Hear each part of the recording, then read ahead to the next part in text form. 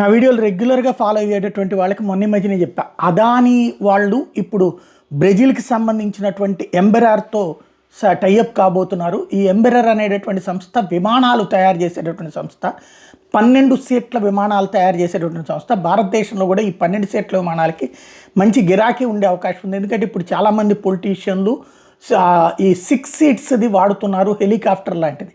విమానాలకు వచ్చేటికి పెద్దది వాడేటప్పుడు కాస్ట్లీ, అలాగే లగ్జరియస్ కాన్సెప్ట్ దానికి వచ్చేప్పటికి వేరే దేశాల కొని ఇక్కడ అద్దెలకి ఇచ్చేది. ఇప్పుడు పవన్ కళ్యాణ్ వాడినా, చంద్రబాబు వాడినా, చిరంజీవి వాడినా, వీళ్ళందరూ కూడా అయితే వేరే దేశాల కొని ఇక్కడ వాడుతున్నారు. ఇప్పుడు దాదాపుగా చాలామంది సినిమా యాక్టర్లు కూడా విమానాలు కొనుక్కున్నారు.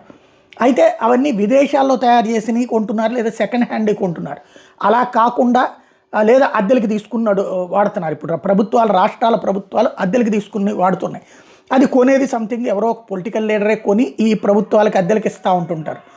అలాంటి సందర్భంలో భారతదేశంలో ఈ విమానాలు తయారు చేయడానికి ఎంబెరార్తో అదానీ ఒప్పందం కుదుర్చుకున్నారంటే ఇవాళ అధికారికంగా ఇది జరిగింది. అదే సందర్భంలో ఇంతకుముందే చెప్పినట్టు నేను గుజరాత్ ప్లస్ ఆంధ్రప్రదేశ్ 2 చోట్ల కూడా మన ఏదైతే భోగాపురం ఎయిర్పోర్ట్ దగ్గర ఉన్నటువంటి ప్లేస్లోనే ఖాళీ స్థలం ఏదైతే ఉందో అక్కడే మ్యానుఫ్యాక్చరింగ్ ఫెసిలిటీకి రెడీ అయ్యారు. తద్వారా రాబోయేటటువంటి రోజుల్లో కీలకమైనటువంటి అడుగు పడబోతుంది. అదే విషయం రామ్మోహన్ నాయుడు కూడా ప్రకటించారు.